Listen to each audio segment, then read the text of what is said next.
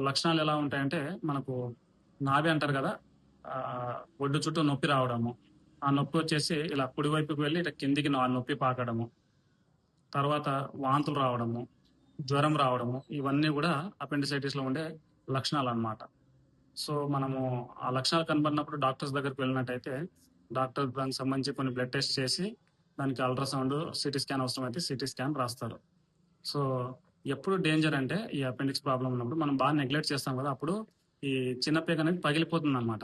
పగిలిపోయినప్పుడు చీమంతా లోపల స్ప్రెడ్ అయిపోయి సెప్సిస్ అని అంటారు. సెప్సిస్ అంటే ఏంటంటే లోపల ఇన్ఫెక్షన్ ఆ చీమ అంతా స్ప్రెడ్ అయినప్పుడు ఏంటంటే మన బాడీ మనల్ని ప్రొటెక్ట్ చేయడానికి ఎక్కువగా రియాక్ట్ అవుతుంది.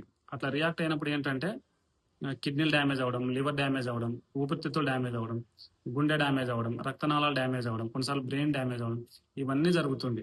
ఇవన్నీ జరిగి బీపీ పడిపోతుందనమాట. బీపీ పడిపోతే దాన్ని సెప్టిక్ షాక్ అని చెప్పేసి అంటారు. ఈ కండిషన్ గనక మనం నెగ్లెక్ట్ చేసి ఈ కండిషన్‌లో గనక వెళ్తే ఐసీయూలో ఎక్కువ రోజులు అడ్మిషన్ అవసరం పడడము, కొన్నిసార్లు ప్రాణాపాయం జరగడం ఇవన్నీ జరిగే అవకాశాలుంటాయి.